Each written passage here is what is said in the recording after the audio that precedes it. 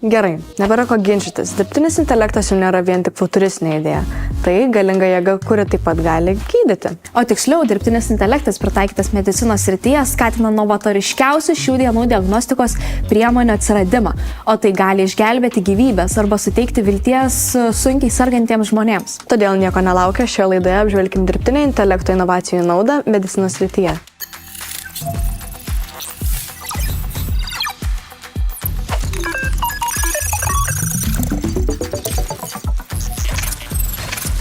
Teisinga ir ankstyva ligos diagnozė užtikrina tinkamai ir laiku pradėtą gydymą, lengvesnį gydymo eigą ir svarbiausia - išgelbėtą gyvybę. Šis pirminės sveikatos priežiūros etapas iš gydytojų reikalauja ne tik medicininių žinių ar klinikinės patirties, bet ir analitinio sisteminio mąstymo, o čia į pagalbą ateina dirbtinis intelektas. Niekas turbūt negalėjo pagalvoti, kad amerikiečių televiktorinos Jeopardy absoliutus ir nenugalimas laimėtojas IBM sukurta dirbtinio intelekto sistema pavadinimu Watson padės gydyti onkologinius ligonius. Technologijos tikslas - išanalizuoti turimą informaciją apie vėžiu sergantį pacientą ir pateikti ligos diagnozę, gydymo būdus ir jų veiksmingumo statistiką. Nors įkvėpti vilties vėžiu sergantiems pacientams Watsonui pavyko, vis dėlto ligos duomenys buvo per daug sudėtingi ir galiausiai tapo užteršti informaciją su klaidingomis diagnozėmis. Johns Hopkins universiteto tyrėjai nepasidavė ir pristatė giliojo mokymosi technologiją Big MHC. Ši technologija gali identifikuoti specifinius vėžio ląstelio baltymo fragmentus ir numatyti, kaip šios ląstelės sąveikauja su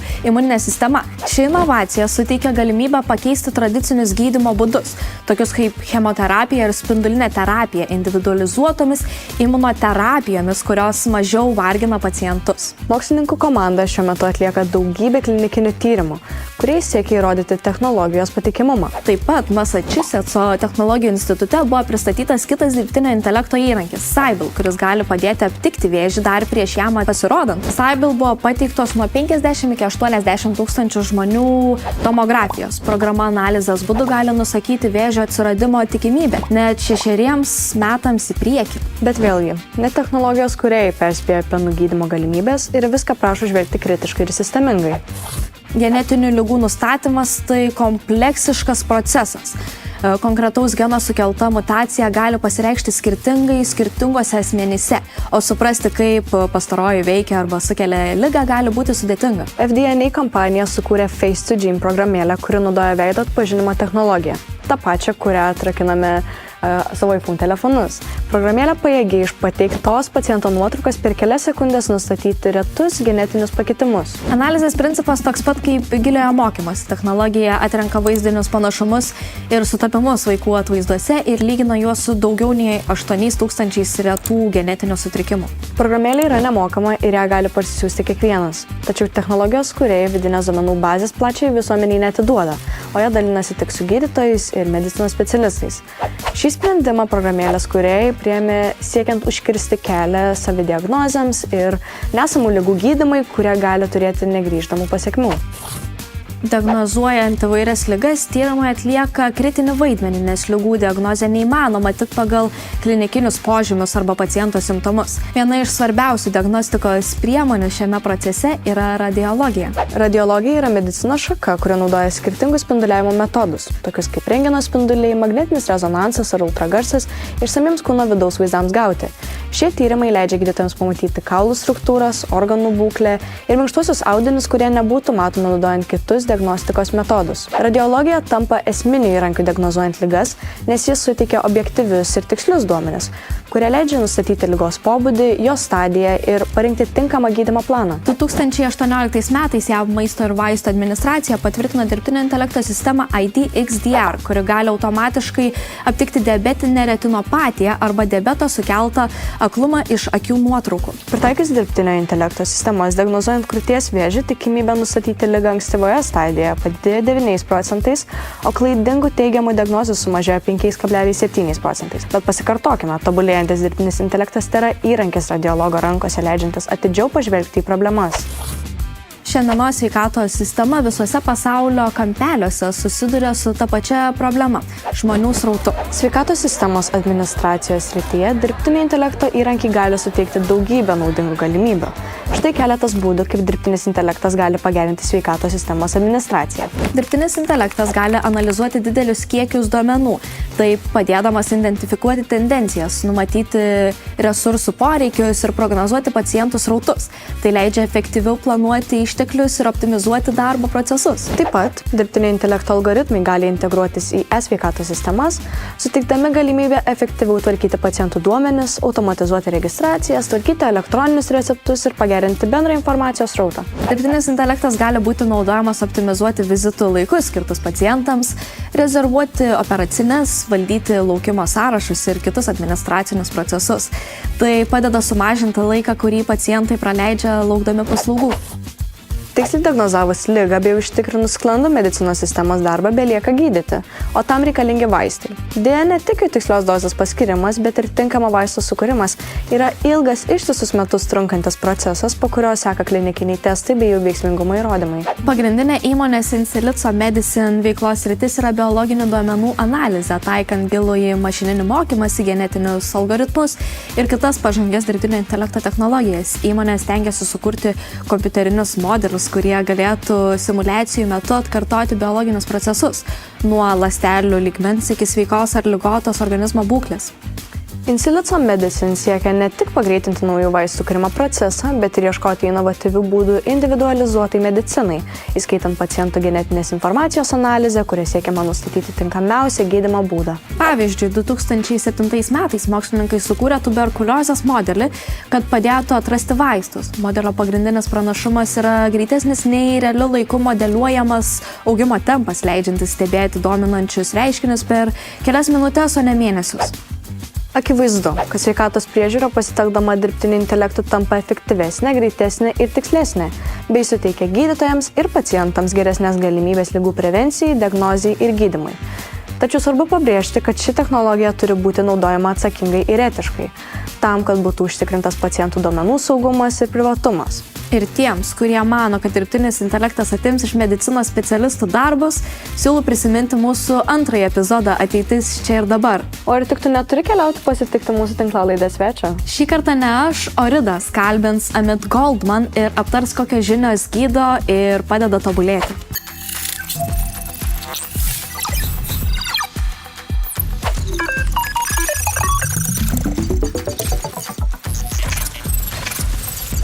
Pakalbėkime apie žinias, kurios gydo ir kaip dirbtinis intelektas prisideda medicinos srityje. Kartu su manimi šiandien turiu Amit Goldman, kuri yra partnerysčių vadovė įmonėje Lapsi Health ir taip pat dirba Silicio slėnyje esančiame rizikos kapitalo fonde. Labas. Labas. Tai gal pradėk papasakodama, ką veikia Silicio slėnyje fonde. Iš tiesų atsidūriau labai netyčiom. Mano pačios išsilavinimas yra vos keli šimtai metrų nuo čia, gal truputėlį daugiau. Medicinos fakultete baigiau visuomenės sveikatos studijas.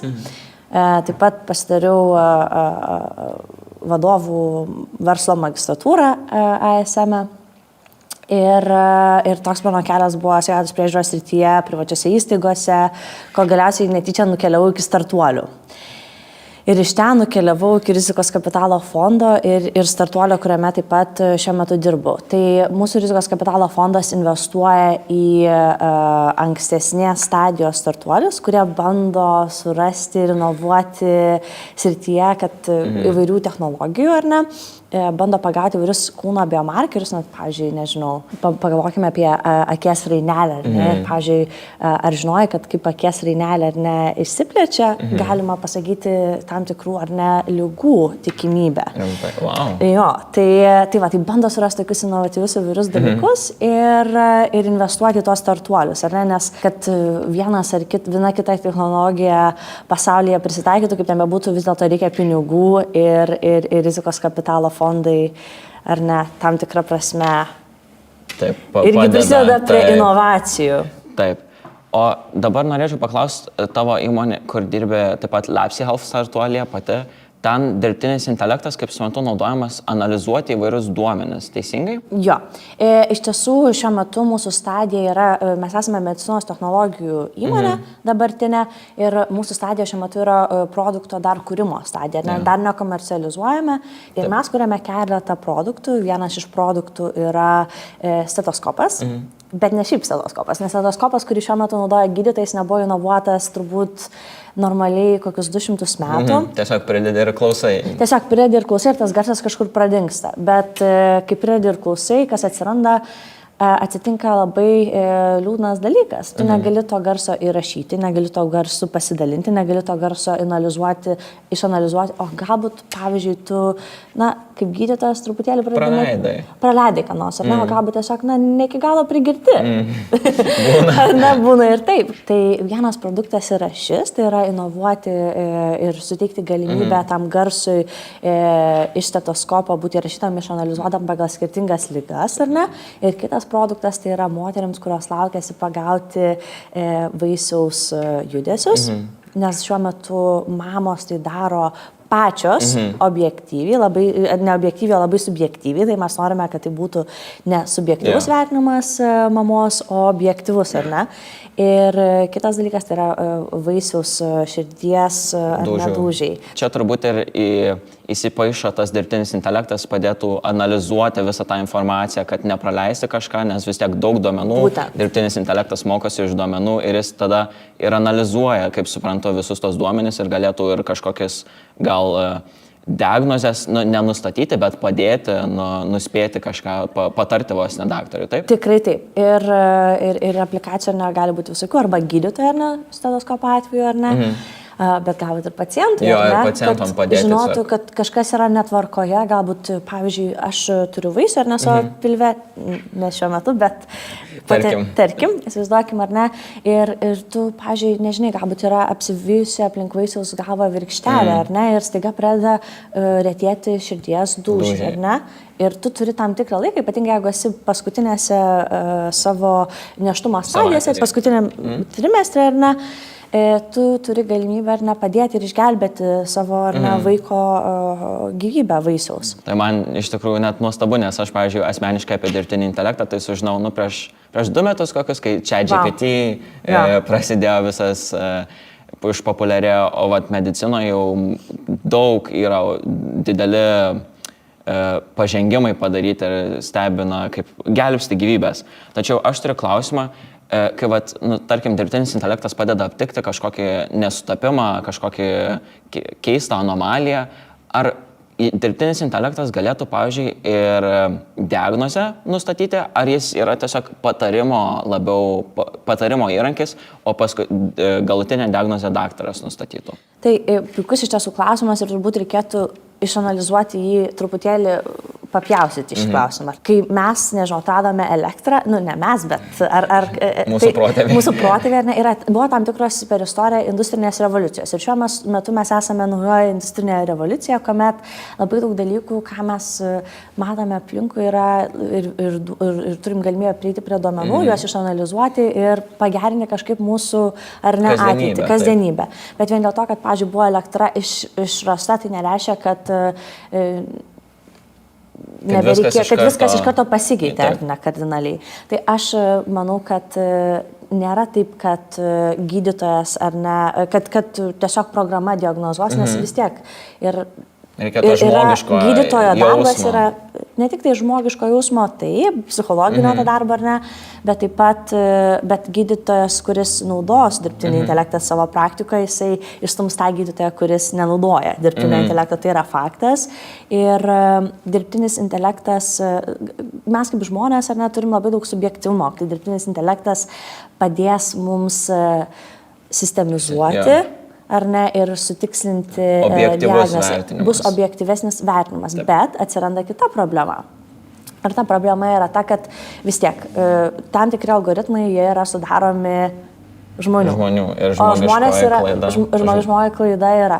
Kaip pavyzdžiui, pateiksiu kaip vieną iš pavyzdžių. Turiu tokią draugę, jinai yra 3 vaikų mama, labai išsilavinusi ir Yale, ir Harvard, žodžiu, studijavusi, jinai pati amerikietė ir jinai sako, Amita, jinai pati dermatologija yra. Ir jinai taip sako, Amita, pagalvok, nu, yra visokie dabar prietaisai ar ne, arba kuriamas programos, kur, pavyzdžiui, galėtum pasimti savo ranką ar ne ir pažiūrėti vis tiek, mūsų rankų spalvos ar ne skiriasi. Skirtingai ant mūsų odos spalvų ar ne matosi kažkokie tai apgamėliai, ar ne?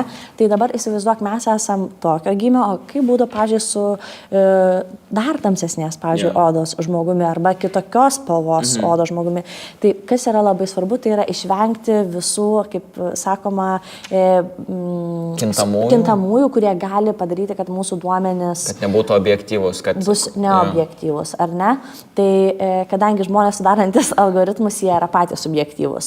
Tai tas yra labai svarbus momentas ir pagalvokime, ar ne, pavyzdžiui, Lietuvoje, jeigu kas nors galvotų daryti kažkokį tokį, ar ne, sprendimą, ar bus galimybė prieiti prie duomenų bazių, ar kaip ne? Tie sprendimai? Kaip pavyzdžiui, tokius sprendimus kurti. Ir aš kartais apie tai pagalvoju, ar ne, jeigu aš Lietuvoje norėčiau padaryti sprendimą dermatologijoje, iš kur aš gaučiau duomenų su tamsesnės odos žmonėmis, tam, kad tas mano sprendimas galėtų būti pritaikytas platesnėje ar ne visuomenėje. Tai netgi ir tas sprendimų prieimimas ar ne, turi būti labai aiškiai reguliuojamas. Jo. Tai tas reguliavimas, ir iš tiesų tu paminėjai prieš 2 metus pats sužinojau apie ChatGPT, aš irgi sužinojau apie prieš gal truputėlį gal daugiau negu kelis metus, ir vienas iš įdomiausių dalykų man tuo metu buvo mano toks draugas Michaelas Fisheris, ir jisai buvo parašęs knygas reguliuoti dirbtinį intelektą kartu su ChatGPT. Tai buvo Joko autorius knygos ir aš galvoju, wow. O dabar iš tiesų, kai nueini į tam tikras duomenų bazės, kur gydytojai, pavyzdžiui, daro visokius tyrimus, tu gali pamatyti ChatGPT kaip bendra autorių. Tai man tada atrodė kaip kosmosas prieš kelis metus, o dabar tai yra kasdienybė naudojama. Knyga buvo reguliavimas dirbtinio intelekto ir tas reguliavimas iš tiesų yra labai svarbus todėl, kad sistema sukurta, kuri gali diagnozuoti tave ir mane, kad jinai bus netiksli žmogui su kita, pavyzdžiui, ar ne, kitos odos spalvos. Užsiminėt apie jau praktišką medicinos panaudojimą. Aš norėjau pasiklausti, ar Lietuvoje galbūt jau yra sričių medicinoje, nebūtinai galbūt medicinoje, kur jau dirbtinis intelektas yra pritaikomas? Iš tiesų, tikrai taip, turbūt didžioji dauguma didesnių medicinos įrenginių, kurie naudojami yra kasdienėje gydytojų veikloje, tai kažkiek tai viena ar kita duomenų analizė vis tiek jinai yra, ar ne? Ir mes net nesuvokiam. Mes to net nesuvokiam, nes tiesiog tai yra kaip labai didelis ar ne dabar trendas, ar ne? Bet taip pat yra tam tikri startuoliai, kurie bando inovuoti ir puikiai inovuoja medicinos priežiūros srityje, kaip, pavyzdžiui, Ligence, Occipitai ir kiti startuoliai, ar ne, kurie bando pritaikyti tam tikrus algoritmus, ar ten rentgeno, ar ne, MRT, rengenologijos srityje, kur yra paveikslėliai, ar ne, ar galbūt, pavyzdžiui, kardiologijoje ar garso inovacijas, kaip, pavyzdžiui, mano kompanija. Kalbamės apie dirbtinio intelekto ir technologijų pritaikymą medicinoje ir manau, dauguma žmonių bijo klaidų. Klaidos yra neišvengiama dalis, bet medicinoje jos dažnai būna ypač skaudžios, nes susijusios su žmogaus gyvybe. Tai ar dirbtinis intelektas padėtų klaidas sumažinti, o galbūt jis kaip tik neteisingus sprendimus galbūt dažniau galėtų priimti? Kaip Jūs manat? Puikus klausimas ir jis yra iš tiesų labai sudėtingas. Vėlgi grįžtant prie mūsų prieš tai aptartos situacijos, ar ne, kai tu turi būti užtikrintas, kad duomenys ir algoritmas, ar ne, dirbtinis intelektas, kurį tu naudoji savo kasdienėje veikloje, ar aparatas, jisai yra, tikrai teisingas, ar ne? Tai pirmas dalykas, ar ne? Tai yra, kad patikimas, sudarytas taip, kad galėtum pritaikyti savo naudojamą populiaciją ar ne pacientų. Tai, pavyzdžiui, kaip jau minėjau, ar ne, jeigu yra visi pacientai, nežinau, mėlyno akių, kad neatsirastų pacientas rudomis akimis, arba kad tavo algoritmas būtų sudarytas, išdėliotas taip, kad atpažintų ir tą rudą akį, ar ne, pacientą. Tai čia pirmas dalykas, ar ne? Ir jeigu yra tam tikri žingsniai, nes visų pirma, pradėkime nuo reguliavimo ir informacijos, kuri yra surenkama. Tai kad sukurti tam tikrą dirbtinį intelektą ir kad tas dirbtinis intelektas plus būtų atnaujinamas pagal naujausios mokslinius tyrimus, nes kaip žinia, turbūt nežinau kitos darbo srities, kur nuolatos visi gydytojai susirinktų ir eitų į konferenciją šį penktadienį, taip reikia surinkti savo kreditus, nes vis reikia atnaujinti žinias. Kodėl? Nes inovacijos, pastovios nuolatinės inovacijos. Ar ne? Ir dėl to, taip kaip medikai turi nuolatos mokytis, taip ir tam tikri sprendimai, kuriuos gydytojai naudoja savo kasdienėje veikloje, turi būti atitinkamai vis atnaujinami pagal naujausius mokslinius tyrimus. Tai čia pirmas dalykas. Antras dalykas, yra labai skaudžios klaidos ir dėl to gydytojas turėtų priimti galutinį sprendimą. Čia yra mano asmeninė nuomonė, bet informacija, kurią suteikia produktai, kuriuose yra integruotas dirbtinis intelektas, jie turėtų būti tavo patarėjai ir padėjėjai, ar ne? Tam, kad tu galėtum priimti geriausius ir palankiausius savo paciento gydymui skirtus sprendimus. Ir yra turbūt keli variantai, kaip gali būti panaudojamas dirbtinis intelektas medicinoje, kaip vienas ar ne, diagnozavimui, priežiūrai, elementariai surinkimų informacijos analizės pacientų ar ne duomenų bazėse, medicininėse istorijose, ar ne, ir prieš tai buvęs startuolis mūsų buvo toks ir darbas, ar ne, surinkti duomenis ir juos išanalizuoti ir pateikti, ar ne, gydytojai. Tai yra labai svarbu, kad ir šitas ar ne momentas. Taip pat gydymo srityje, ar kai kalbu apie gydymą, turiu mintyje vaistų naudojimą. Dozavimą galbūt. Dozavimą, vaistų naudojimą, parinkimą geriausio ar ne kombinacijų. Juk žmogus turbūt, kaip ten bebūtų, kiek už mūsų ar ne yra knygų. Aš turbūt gyvenime tiek knygų, nežinau, ar kada nors net perskaitysiu, kiek yra šitame kambaryje ar ne. Ir turbūt nei vienas žmogus net neatsimintų, bet tam yra tam tikros programos, kurios mums gali padėti. Kurios palengvintų tą tokį kasdienybę informacijos ieškojimą. Jo. Ir kitas ar ne momentas, tai yra gydymo parinkimas. Tai, pavyzdžiui, mano toks vienas iš įdomesnių man sprendimo, ar ne, keli momentai čia, pavyzdžiui, ar ne, kalbant apie gydymą ir vaistus, ar ne, vaistų panaudojimą. Tai pirmas dalykas yra vaistų panaudojimas kitom lygom gydyti.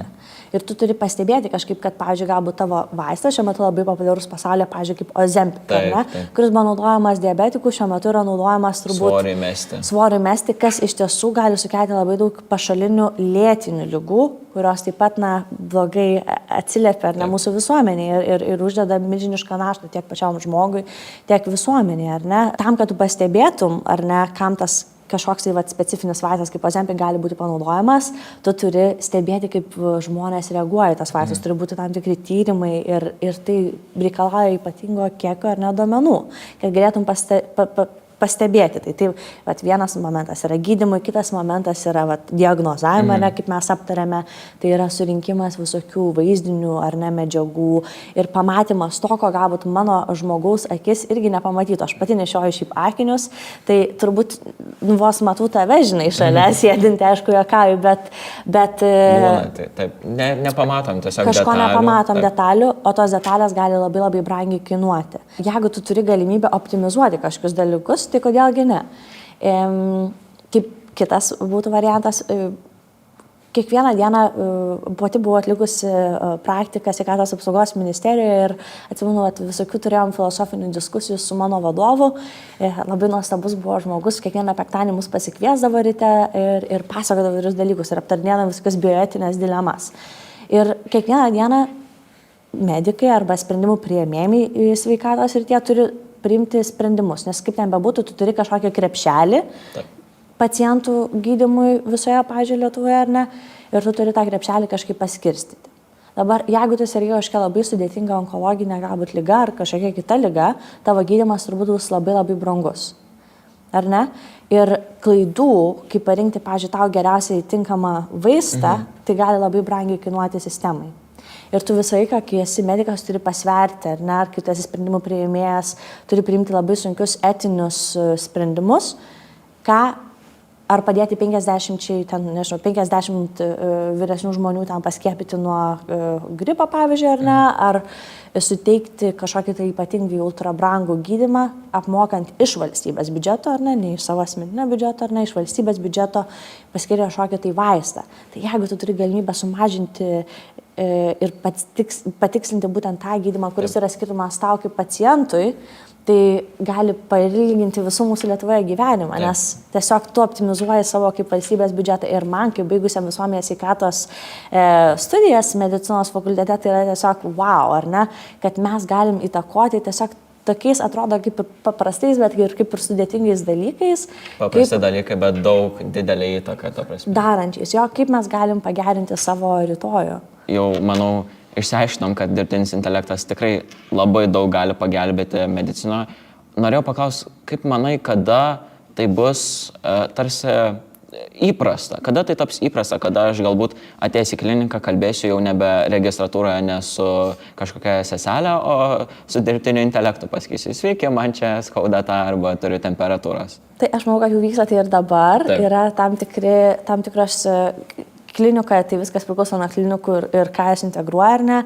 Galbūt valstybėse, kurios turi mažesnius biudžetus, tai ateis truputėlį vėliau, ar ne, nors logiškai būtų įsivesti tam tikras inovacijas, kaip įmanoma anksčiau, kad sutaupytum kaštų, ar ne, bet, pavyzdžiui, Jungtinėse Amerikos valstijose ar kitur tu gali pamatyti ligoninių arba kitose šalise, kur, pavyzdžiui, yra kameros, kurios fiksuoja, ar ne, tavo veido išraiškas, mimikas, kaip tu judi, kaip tu eini, galbūt tu kažkaip pakrypęs truputėlį eini, ar ne, ir tada reikia atlikti tam tikrus tyrimus, kodėl, kas vyksta, kaip optimizuoti, ar ne, tavo laikyseną, tavo įmo, gal kažkas yra netvarkoje, tai galbūt tu krypčiai, nes kažkas yra ligos pradžia, tai jau vyksta, ar ne, tai jau vyksta ir mūsų kasdienybėje naudojamose aplikacijose, ar ne, įvairiose trackeriuose, stebėsenoje. Žingsnius, kurias, pavyzdžiui, steba.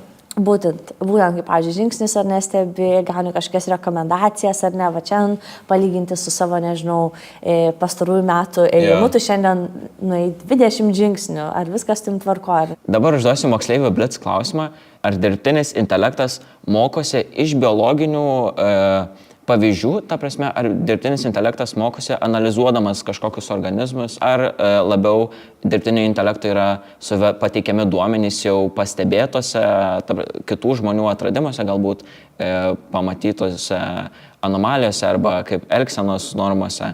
Kaip dirbtinis intelektas mokosi apie tos žmonės?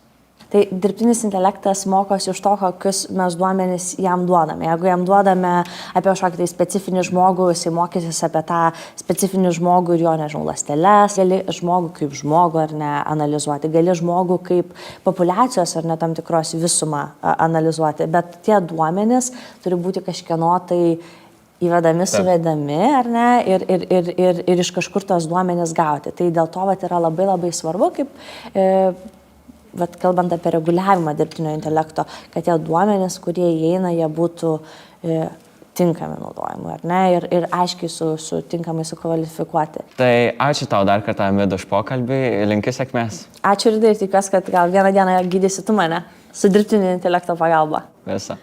Dirbtinis intelektas sparčiai tobulėja, todėl laidoje aptarti pavyzdžiai minintis dirbtinio intelekto ir medicinos draugystę labai greitai gali pasenti.